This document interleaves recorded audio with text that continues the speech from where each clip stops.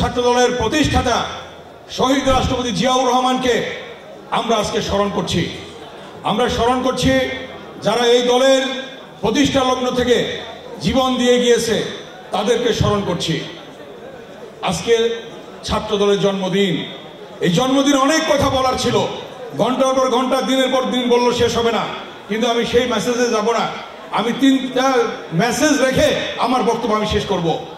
1 number, যখনই বাংলাদেশে কোনো ক্রান্তিকাল এসেছে তখনই জিয়া পরিবার থেকে নেতৃত্ব দিয়েছে। কথাটা ঠিক কিনা বলেন আপনারা?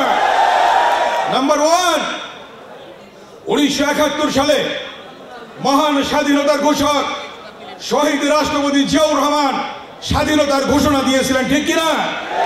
এবং সেই ঘোষণার মধ্যে দিয়ে সশস্ত্র সংগ্রাম শুরু হয়েছিল।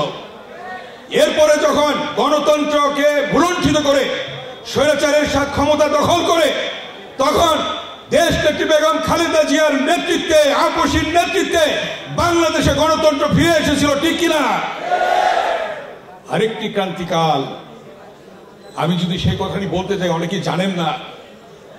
যখন স্বৈরাচারের সাত পতনের মুখে, যখন ডাক্তার মিলন জিহাদ শহীদ হলো, দেশনেত্রী বেগম খালেদা জিয়া গ্রেফতার হলেন, তখন সেই ক্যান্টনমেন্টের বাসায় আজকের ভারপ্রাপ্ত চেয়ারম্যান দেশ নায়ক তারেক রহমানকে ঘেরাও করে এরশাদ তার উপর নির্মম প্রহার করেছিল।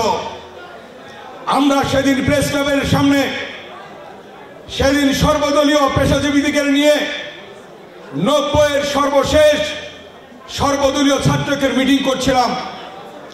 সেই মিটিং এর মধ্যে লুৎফর রহমান বেনু 11টি ছবি এনে আমার কাছে দিলেন। আমি সেই মিটিং এ সভাপতিত্ব করছিলাম প্রেস ক্লাবের সামনে, হাজার হাজার ছাত্র জনতা।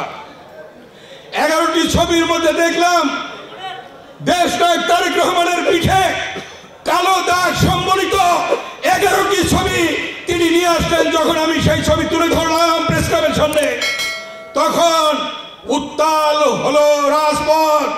সেই পেশাজীবী সংগঠনের নেতারা Shamsul Haque Chowdhury, supreme court bar অ্যাসোসিয়েশনের সভাপতি, বিবিসির আতাউস সামাদ, ভয়েস অফ আমেরিকার কিয়াস কামাল চৌধুরী এবং প্রফেসর মাজেদ, বিএম এর প্রেসিডেন্ট সহ আমরা মতিঝিলে মিছিল নিয়ে গেলাম।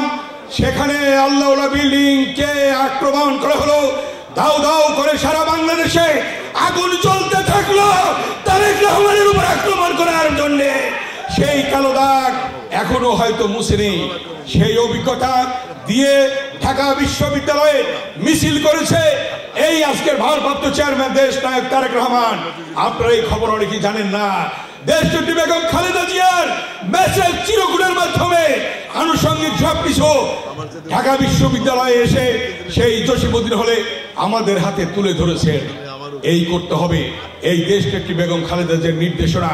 এই কথা অনেকেই জানেন না। সেই 90-এর আন্দোলনে দেশ নায়ক তারেক রহমান সেদিন ভূমিকা রেখেছিলেন স্বৈরাচার বিরোধী আন্দোলনে। তাই আজকে বলতে চাই, দীর্ঘ 16 বছর আন্দোলনে নেতৃত্ব দিয়েছে দেশ নায়ক তারেক রহমান। ইলিয়াস আলীকে হারিয়েছি, সুমনকে হারিয়েছি, সুমনের বোন তুলি এখানে উপস্থিত আছে।